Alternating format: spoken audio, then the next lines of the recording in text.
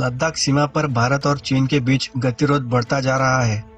गलवान घाटी के बाद चीनी सेना ने पेंगोंग झील के इलाके में अपनी तैनाती बढ़ा दी है। हाल ही में आई सैटेलाइट इमेज में साफ दिख रहा है कि फिंगर 4 और फिंगर 5 के बीच चीनी सेना ने अपनी मौजूदगी बढ़ाई है। भारत की ओर से चीनी सेना को फिंगर 4 से फिंगर 8 को खाली करने पीछे जाने की बार बार बात कही जा रही है, लेकिन चीनी सेना अपनी तैनाती बढ़ाती जा रही है।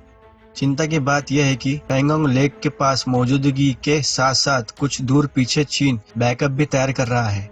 ऐसा नहीं है कि सिर्फ झील के पास चीन ने ही अपनी मौजूदगी को बढ़ाया है, भारत की सेना ने भी अपनी मौजूदगी को बढ़ाया है और मिरर तैनाती जैसी स्थिति बनाई हुई है।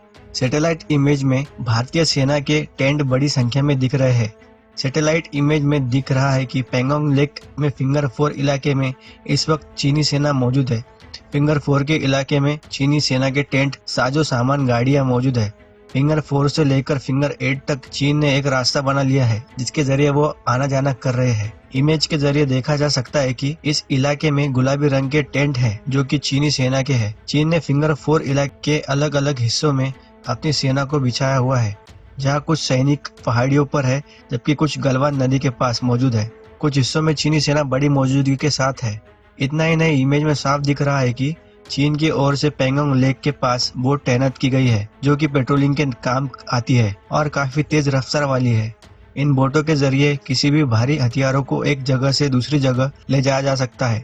पहले ये बोट फिंगर 8 के पास रहती थी, लेकिन अब ये फिंगर 4 पर डेरा जमाए हुए है।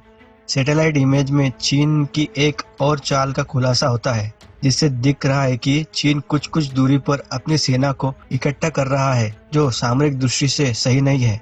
भारत लगातार चीन से अपनी तैनाती कम करने की बात कर रहा है, लेकिन चीन उसका उल्टा ही कर रहा है।